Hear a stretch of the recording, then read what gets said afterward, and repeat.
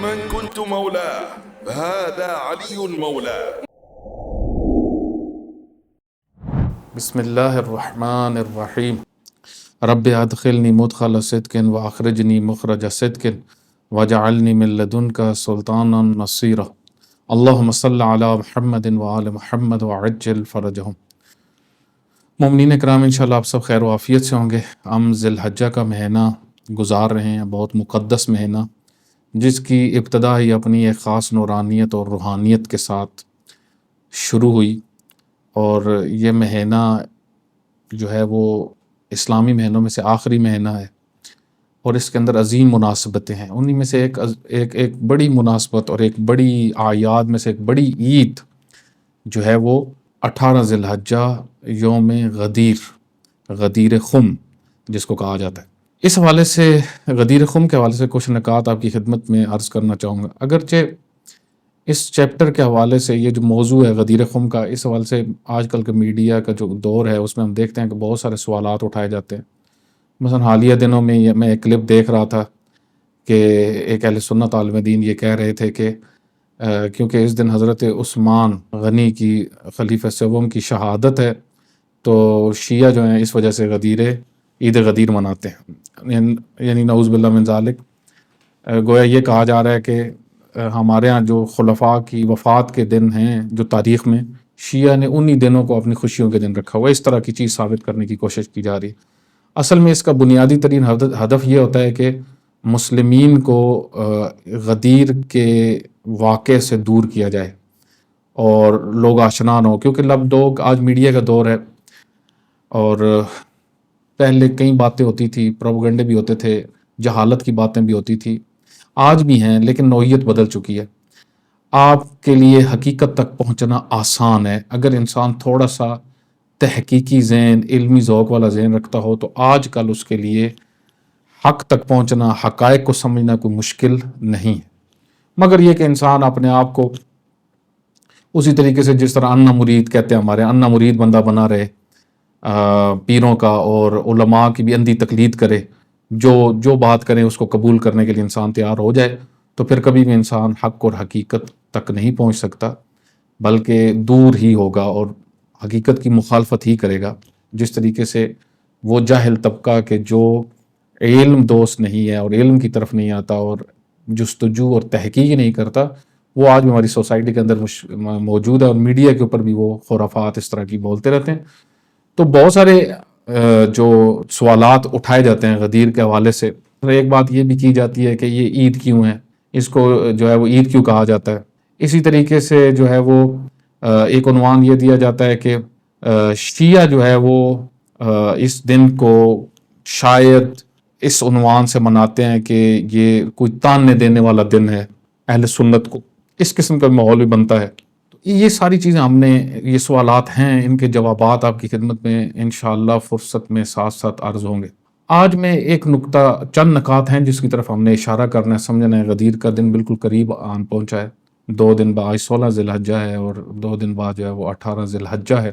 تو میں چند پوائنٹس آپ کی خدمت میں عرض کرنا چاہتا ہوں. دیکھیں، ایک سب سے پہلا یہ مسئلہ، تمام اہل علم جو ہیں، جو تھوڑا سا ذوق علمی رکھتے ہیں، اگر وہ اس حوالے سے تاریخ کی عنوان سے غدیر کو ذرا سرچ کریں، ڈھونڈیں اس موضوع کو کتب کے اندر کہ یہ واقعہ جو ہوا رسول اللہ صلی اللہ علیہ وآلہ وسلم کی زندگی کے آخری سال میں، تو یہ کہاں پہ ہوا اور اس کا وقت کون سا تھا اور اس میں کیا کیا ہوا، اس کی تاریخ کا ایک تاریخی پہلو اس کا ہے. ایک یہ کہ ہم اس کو تاریخ اسلام میں جا کے خود پیغمبر اکرم صلی اللہ علیہ وآلہ وسلم کی زندگی کا مطالعہ اور تاریخ اسلام کا مطالعہ، یہ بھی ایک اہم چیپٹر ہے جس کی طرف ہماری ہمیشہ توجہ ہونی چاہیے. ہر مسلمان کو رسول اللہ صلی اللہ علیہ وآلہ وسلم کی زندگی کی تاریخ سے بھی آشنا ہونا چاہیے. اگر آپ اس کو زیادہ تحقیقی انداز میں نہ بھی پڑھیں تو ایک سطحی انداز میں، ایک مطالعاتی حد تک آپ کو پتہ ہونا چاہیے کہ پیغمبر اکرم صلی اللہ علیہ وآلہ وسلم جب مکہ میں کیسا وقت گزرا، پھر مدینہ میں آئے تو کون کون سے اہم جنگیں ہوئی، واقعات، یہ سارے پتہ ہونے چاہیے ایک مسلمان کو. جب انسان جستجو کرتا ہے، جب انسان تحقیق کرتا ہے تو وہ بہت سارے حقائق تک پہنچ جاتا ہے. مثلا ہم بہت ساری باتیں سنتے ہیں، جب سنتے ہیں تو اس کو ہم تھوڑی سی تحقیق بھی کر لیا کریں. ویسے ہی مومن کو ایک اس کا مزاج جو ہے وہ انویسٹیگیشن والا ہونا چاہیے، تحقیقی مزاج ہونا چاہیے، ریسرچ کرنے والا مزاج ہونا چاہیے. کسی بھی بات کے تہ تک جانا یہ انسان کی فطرت میں ہے، لیکن جب انسان اپنی فطرت کی بہت ساری چیزوں کو دبا دیتا ہے تو پھر یہ اس کا پہلو ختم ہو جاتا ہے. جس طرح ہمارے اسکول سسٹمز جو ہیں وہ انسان کا یہ مزاج ختم کر دیتے ہیں. تعلیمی ادارے اصل میں انسان جستجو کرنے والا ہے، ریسرچ کرنے والا ہے، تحقیق کرنے والا ہے. مثلا آپ دیکھیں گے کبھی بچے جو ہیں یہ کس طریقے سے کیونکہ اللہ کا ذکر کرتے ہیں تو بچے اللہ کے بارے میں ہم سے پوچھتے ہیں. تو یہ اصل میں انسان کا مزاج ہے. اور ہر مسئلے میں آپ دیکھ لیں ریسرچ کا مزاج ہوتا ہے بچوں کے اندر. ایسا کیوں ہوا اس نے ایسا کیوں کہا. یہ بہت ضروری ہے، یہ مزاج رکھنا بہت ضروری ہے. اہل سنت کے ایک رائٹر ہیں سعودیہ میں، ظاہر مسلک بھی ان کا وہابیت سے تعلق رکھتے ہیں. انہوں نے بھی اس موضوع کو جب سنا، غدیر کے موضوع کو، تو انہوں نے اس کے اوپر ریسرچ کی، پھر ایک کتاب لکھی. پھر یہ خود مقام غدیر پہ گئے. پھر اس کو تاریخی لحاظ سے انہوں نے کتب حدیث کے اندر، کتب تاریخ کے اندر انہوں نے نکال کے اس کے اوپر ریسرچ کی. تو یہ خود حیران ہوئے. میں ان کا نام آپ کے سامنے عرض کر دیتا ہوں. ان کے یوٹیوب چینل کے اوپر آپ کو بہت ساری ویڈیوز ملیں گی. عبدالوہاب الطریری حدیث الغدیر مع سیدنا علی ابن ابی طالب علیہ السلام فی غدیر خمن. یہ حدیث غدیر کے اوپر ان کی پوری ریسرچ ہے. یہ کتاب جو ہے ریاض سعودیہ سے چھپی ہے اور کئی دفعہ چھپ چکی ہے. اس کا فارسی میں بھی اور دوسری زبانوں میں بھی ترجمہ ہوا. اردو میں میرے خیال میں ابھی تک اس کا ترجمہ نہیں ہوا. اس کے البتہ ترجمے کی ضرورت ہے. یہ جو کتاب ہے اس کو میں نے گزشتہ سال اس کا میں نے مطالعہ کیا تھا. نیٹ کے اوپر بھی موجود ہے. یہ آپ ریسرچ کریں گے تو آپ کو ایزیلی مل جائے گی. اس حوالے سے آپ دیکھیں گے، غور کریں گے کہ اس کتاب کے اندر انہوں نے خود بڑی خوبصورت چیزیں بیان کی ہیں.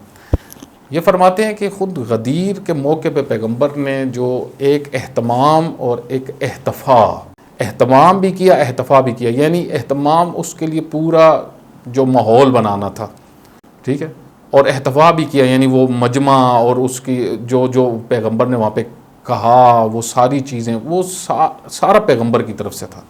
اور ایسی چیز پیغمبر کی زندگی میں ہوئی نہیں. یعنی آسمان نے ان کے بقول، یعنی انہوں نے اپنی کتاب میں لکھا ہے کہ آسمان کے نیچے اتنا خوبصورت ماحول جو غدیر خم کے موقع پہ تھا. اور یہ آخری حج کے، یعنی پیغمبر کا ایک ہی حج ہے جو حج کے بعد جو پیغمبر نے غدیر خم میں آ کے خطبہ دیا. یہ پورا ماحول آپ دیکھ لیں. مدینہ سے نکلے پیغمبر گرامی اور مکہ آئے اور مکہ سے غدیر خم اور پھر واپس جو ہے وہ مدینہ آتے ہیں. تو فرماتے ہیں کہ یہ پورا سفر اور اس میں پھر غدیر خم کا وہ نورانی ماحول ایسا آپ کو پیغمبر کی زندگی میں اور کہیں نہیں ملے گا. یعنی جہاں پہ 1,00,000 افراد حاجی موجود ہیں پیغمبر کے ساتھ، حج کا موقع ہو، ایک نورانی ماحول، سارے اس نورانیت سے نکل کے آئے، حج کے نورانیت سے نکل کے آئے. اور یہ تاریخ میں ایک بڑا اہم موڑ ہے. اور یہ غدیر کی جگہ پہ پھر گئے بھی، مقام غدیر پہ یہ آغا طریری گئے. انہوں نے پکچرز بھی اپنی کتاب میں لگائی ہیں اور وہاں کے متعلق انہوں نے پھر بڑی خوبصورت ڈسکشنز کی ہیں. کہتے ہیں کہ وہ جو ادھر کا آج بھی جب میں ادھر کھڑا ہوں، میں دیکھ رہا ہوں اس جگہ، مجھے ایسے محسوس ہوتا ہے پیغمبر کے اس خطبے کی نورانی آوازیں وہ میرے کانوں میں آ رہی ہیں. اس فضا میں ایک نورانیت ہے، ایک ماحول ہے وہاں پہ، ایک خاص چیز آپ کو نظر آئے گی وہاں پہ. یہ لکھتے ہیں اپنی کتابیں انہوں نے بڑا خوبصورت. پھر انہوں نے حج کے موقع پہ پیغمبر اکرم صلی اللہ علیہ وسلم کا مولا علی علیہ السلام کے ساتھ جو رفتار تھی، جو طریقہ تھا، ملے جو آپس میں جو ربط تھا، کیونکہ بھائی تھے تو آپس میں جو ربط تھا، قربانی مل کے کی مولا علی علیہ السلام نے اور پیغمبر نے. اور پھر انہوں نے وہاں پہ تحریر کی یہ بات اپنی اس کتاب کے اندر. اس قربانی میں پیغمبر گرامی نے کسی کو حصہ دار نہیں قرار دیا، صرف اپنے بھائی علی ابن ابی طالب کو. حتیٰ خود لکھتے ہیں کہ پیغمبر نے اپنی بیویوں کو بھی اس میں شامل نہیں کیا قربانی کے اندر، یعنی خود اور مولا علی. پھر یہاں پہ وہ حدیث سے استدلال کرتے ہیں کہ علی مجھ سے اور میں علی سے ہوں کا. یہ حدیث یہاں سے پتہ چلتی ہے کہ اس کا کیا معنی ہے. یعنی خوبصورت ڈسکشنز. پھر آتے ہیں غدیر خم کی وہ جو حدیث ہے، اس کو بھی معتبر کتب حدیث اہل سنت سے ایک وہابی رائٹر. اور دیکھیں میں ایک بڑی خوبصورت چیز میں آپ کی خدمت میں عرض کروں. پاکستان میں بھی لڑائیاں چل رہی ہیں، جھگڑے چل رہے ہیں. علیہ السلام نہیں لکھنا جی، علیہ السلام صرف انبیاء کے شروع میں آخر میں لکھا جاتا ہے نام کے ساتھ. تو حضرت علی علیہ السلام کے ساتھ رضی اللہ تعالیٰ عنہ لکھے جس طرح دوسرے صحابہ کے ساتھ. اس کے اوپر آپ دیکھیں کتنا جھگڑا ہمارے یہاں چلتا ہے. امام حسین علیہ السلام نہیں کہہ سکتے، حالانکہ خود مرزا محمد علی انجینئر نے حافظ اللہ نے یہ بات کی ہے کہ آپ کی بخاری، آپ کی مسلم میں علیہ السلام لکھا ہوا ہے، یعنی اہل سنت کی کتب، بڑی کتب کے اندر. اور یہ طریری سعودیہ میں یہ کتاب چھپ رہی ہے.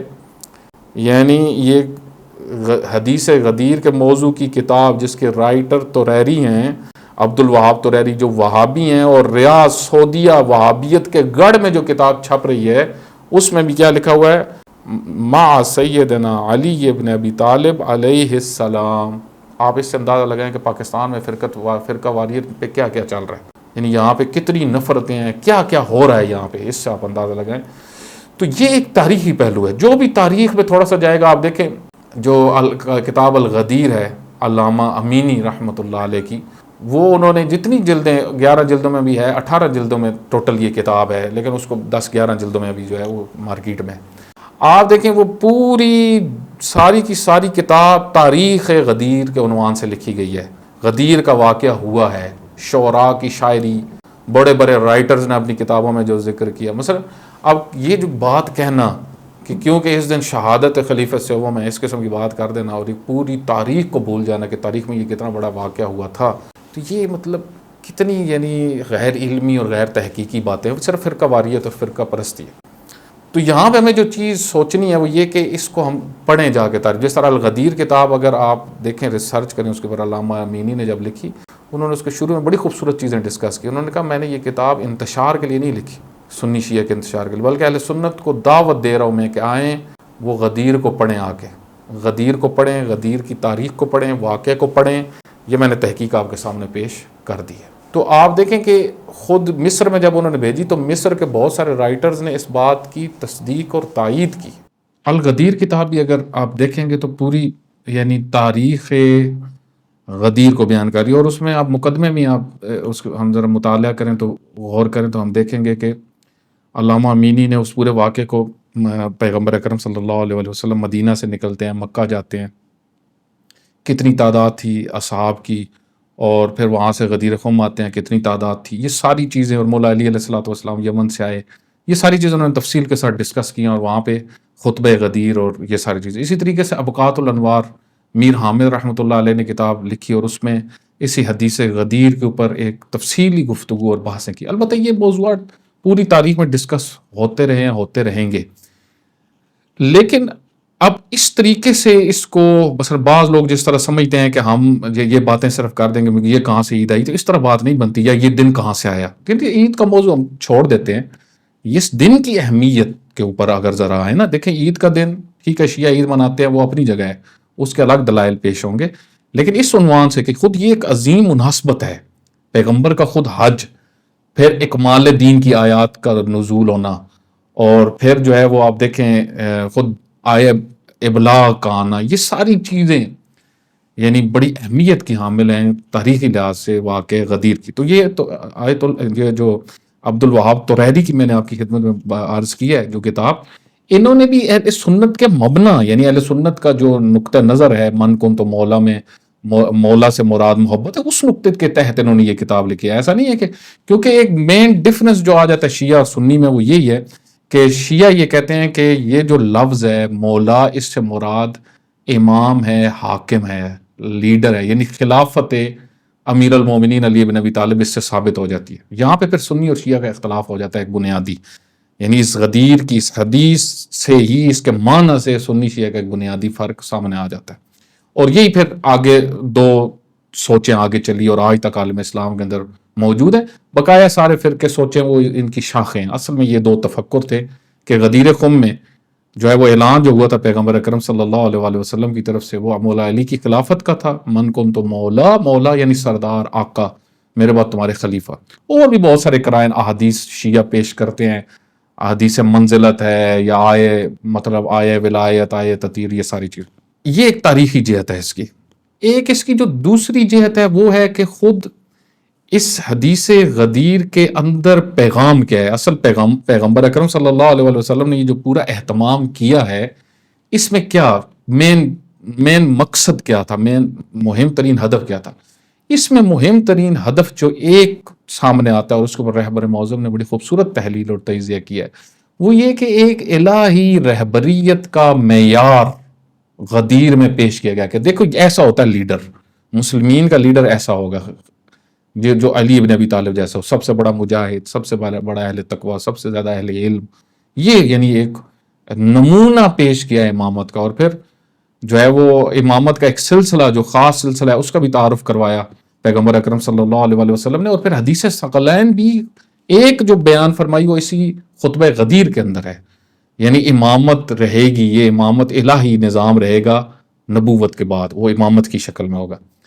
تو یہ امامت جو ہے اس کو سمجھنا بڑا مہم ہے۔ یہ امامت پھر جو آج کل ہم ایک چیپٹر ڈسکس کر رہے ہیں مرجعیت کا اور ولایت فقیہ کا، یہ امامت غیبت کبریٰ میں یہاں پہ جڑتی ہے، یہاں پہ آگے جڑتی ہے، یعنی امام زمانہ علیہ الصلوۃ والسلام کی غیبت میں ہمارے سرپرست کون ہیں، ہمارے آقا و سردار کون ہے ہمارے حاکم فقیہ، ان کے علاوہ کسی کو اللہ نے حق حکومت نہیں دی، جس طرح مولا علی علیہ الصلوۃ والسلام کے علاوہ کسی کو حق حکومت نہیں ہے، جس طرح امام زمانہ علیہ الصلوۃ والسلام کے علاوہ کسی کے پاس حق حکومت نہیں ہے، حق امامت نہیں ہے، حق لیڈرشپ نہیں ہے، الہی لیڈرشپ کا حق صرف ان کے پاس ہے۔ اسی طریقے سے جو ہے وہ فقیہ کے پاس ہے غیبت کبریٰ میں۔ اس وجہ سے خود غدیر کا موضوع بڑا گہرا تعلق رکھتا ہے مرجعیت اور ولایت فقیہ کے ساتھ، یہ اسی کی کڑی ہے ایک قسم کا، کہ اللہ کی طرف سے ہمیشہ نظام ہے، اللہ کی طرف سے لیڈرشپ ہے، اس کا پیغمبر نے اہتمام کیا، اور یہی دین کی بنیاد ہے۔ یہ جو کہا گیا نا کہ جتنا ولایت، حدیث کے اندر امام باقر علیہ الصلوۃ والسلام فرماتے ہیں کہ 5 چیزوں کے اوپر جو ہے وہ اسلام کی بنیاد، بنی الاسلام علی خمس والی حدیث جو ہماری کتب معتبرہ کافی وغیرہ میں نقل ہوئی ہے، کہ نماز ہے، زکوٰۃ ہے، حج ہے اور روزہ ہے، اور 5واں بیان کیا گیا کہ ولایت ہے، اور فرمایا گیا جتنا ولایت کی طرف دعوت دی گئی ہے اتنی ان پہلی 4 کی طرف بھی اتنی دعوت نہیں دی گئی۔ تو یہ ولایت کیا ہے؟